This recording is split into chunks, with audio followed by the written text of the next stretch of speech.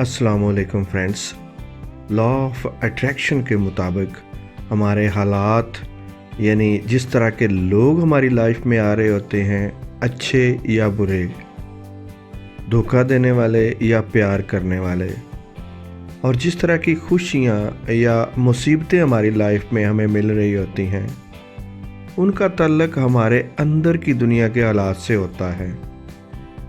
यूँ कह लें कि बाहर नज़र आने वाली हमारी दुनिया हमारे अंदर की दुनिया का रिफ्लेक्शन होती है या अक्स होती है।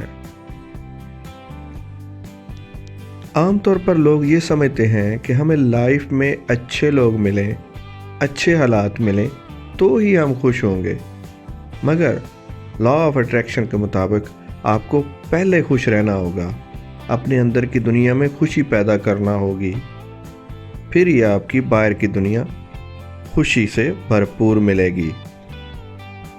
Waiting for circumstances to change so you can feel good is like looking in a mirror waiting for your reflection to smile first.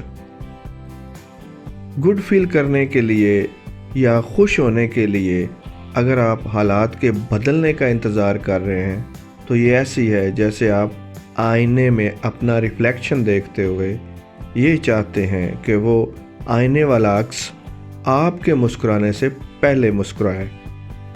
ऐसे नहीं होता, पहले आप मुस्कुराएंगे तो ही आईने में आपको मुस्कुराता हुआ अपना चेहरा नज़र आएगा।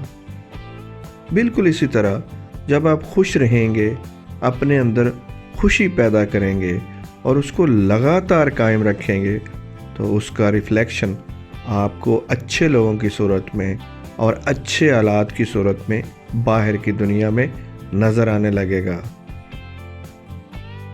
गुड फील करने के लिए या खुश होने के लिए आपको अपना जायज़ा लेना होगा कि कौन सी चीज़ें और कौन सी बातें और कौन से काम आपके अंदर की दुनिया में खुशी का सबब बनते हैं।